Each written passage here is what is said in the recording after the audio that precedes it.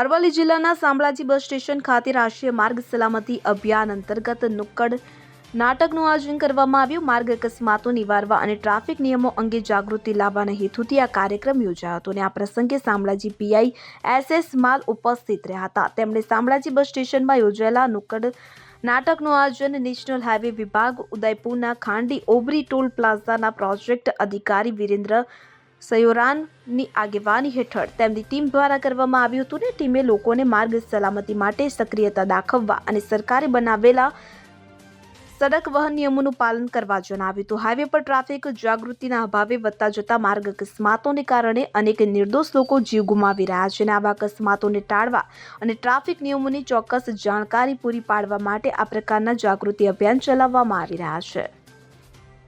Bureau report CN24 news.